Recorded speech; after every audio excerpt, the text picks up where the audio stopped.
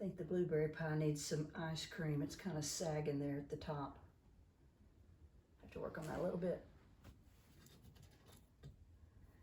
But over here, when they're all fired and done, it's really fun to get out all these china plates that I've been collecting for years. And a friend sent me a couple here. And she requested blueberry, so this will look really good with this, I think.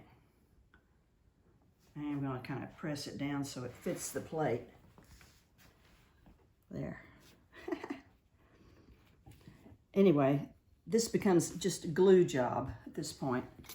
And she wanted spoons with her pie, so we're going to have a spoon stuck in it. Now, this doesn't go in the kiln, that thing would melt, but I'm just making a mark for it here.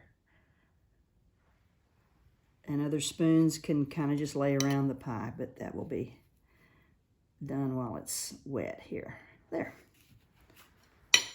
Voila. Blueberry pie.